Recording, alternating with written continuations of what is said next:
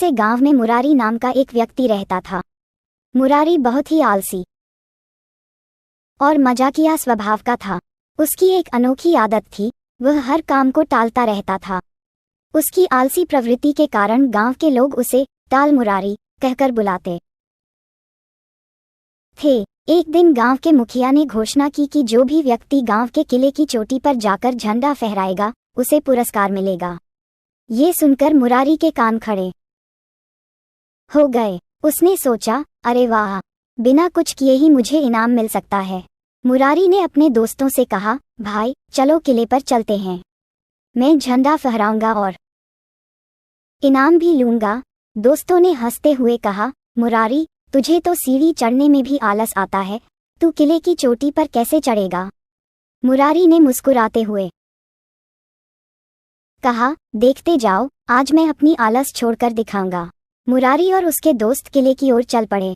रास्ते में मुरारी ने एक बड़ी सीढ़ी देखी और उसे उठाकर किले की दीवार के पास ले गया। उसने सोचा कि इस सीढ़ी की मदद से वह सीधे किले की चोटी पर पहुंच जाएगा।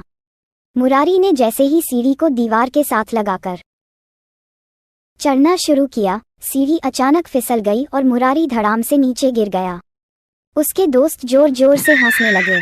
मुरारी ने हंसते हुए कहा, अरे ये तो बस ट्रायल था, अब देखो असली कमाल। इस बार मुरारी ने अपने दोस्तों की मदद से सीढ़ी को ठीक से लगाया और ध्यानपूर्वक चढ़ने लगा। आखिरकार वह किले की चोटी पर पहुंच ही गया और झंडा फहराया।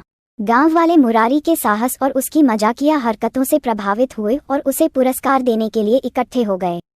मुरारी ने पुरस्कार लेते हुए कहा, देखा, आलस को भी थोड़ा तिकड़म से मात दी जा सकती है। सभी गांव वाले हंसते हंसते लोटपोट हो गए और मुरारी की इस मजेदार हरकत को याद करते हुए कहते रहे, टाल मुरारी, तुम तो सच में कमाल हो।